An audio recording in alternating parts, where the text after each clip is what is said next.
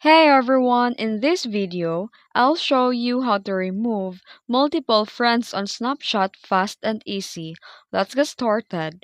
First, open Snapchat app on your phone. Then here tap the chat icon at the bottom to open your friends list.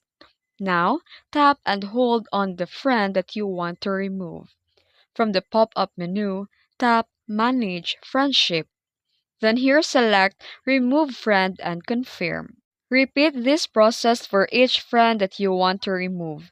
Right now, Snapchat doesn't have a bulk remove option, so you need to do it one by one. And if you want to speed up things, you can also use the search bar at the top to quickly find and remove specific friends. And that's it. That's how you can remove multiple friends on Snapchat. If you found this video helpful, don't forget to like and subscribe for more tutorials. Thanks for watching.